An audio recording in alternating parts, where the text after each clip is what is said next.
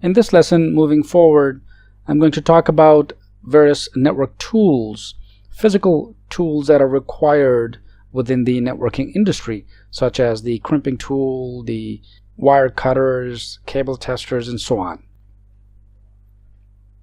Some of the basic tools for twisted pair cables, whether it's UTP or STP, are displayed. So for example, we have the crimper here, we have the wire cutter, the cable tester, for example, and then of course the wire stripper as well. So these are the basic tools that are required if you need to make cables. Typically when you go to a store, for example, or you order a roll of cable, let's say the UTP cable category 5, for instance, they'll give you a length of cable, right? So let's say 100 meters, 200 meters, depending upon your own requirement, the size of your network. So once you get the cable, it's essentially a raw cable.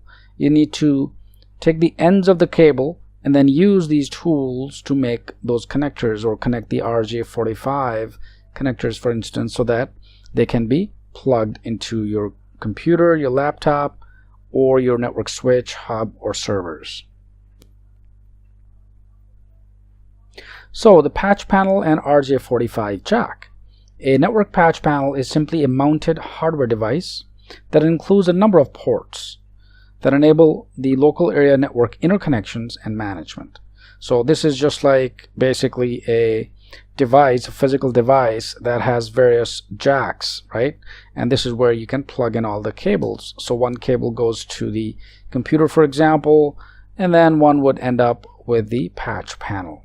The RJ45 jack, on the other hand, it's an 8-pin, 8-position plug or jack, is commonly used to connect computers onto Ethernet-based local area networks. So this is the actual end of the wire which connects or has this particular jack called RJ45, and simply plugs in, pops into your laptop or computer on one end, and on the other end it'll go either to the switch, hub, or finally to the servers as well. So the RJ45 connector, the tools that are required to make the RJ45 or the connections between the patch panel and the RJ45 jacks include simply a cutting tool, wire stripper, punch down tool, and a device or testing device known as the continuity tester, which simply tests that all of the pins of the connection one by one. So since there are 8 pins, once you make the cable using the crimper tool, for example, then you can plug it into the device and it will test each pins for active electrical connection or not. So let's talk about attenuation. Few additional concepts, but they're important once you work with cables and you start connecting those cables on your network. You need to be watchful of attenuation. So the quantity of information reaching the receiver as compared to the transmitted quantity of information. So for example, the data goes through the cable, and what happens is some of the data is lost or the speed is reduced. So that's what we mean by the quantity of information. It's typically measured in decibels with the symbol dB. According to the IEEE standards 802.3 standard, twisted pair cables can be run 100 meters.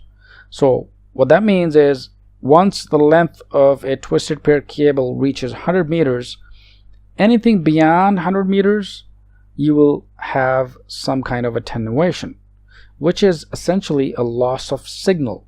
So beyond this, the signal degrades to such a point that it cannot be interpreted by the destination host, and you start losing your data packets and so on.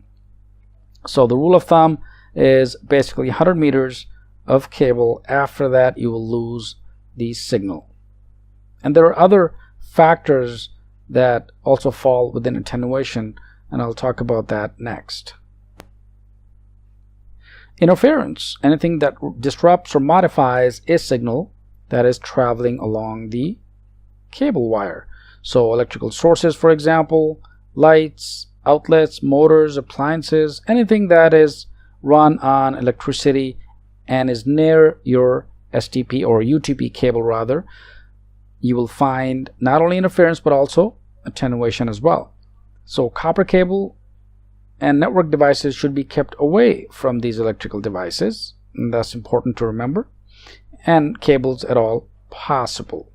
And that's why we typically see modified boxes that contain your network cables or devices, patch panels, that is kept separately from your electrical devices. The EMI, or also known as the electromagnetic interference, this disturbance can affect electrical circuits, devices, and cables due to electromagnetic conduction and possibly radiation. Any type of electrical device can cause EMI. So TVs, air conditioning units, motors, unshielded electrical cables, and so forth.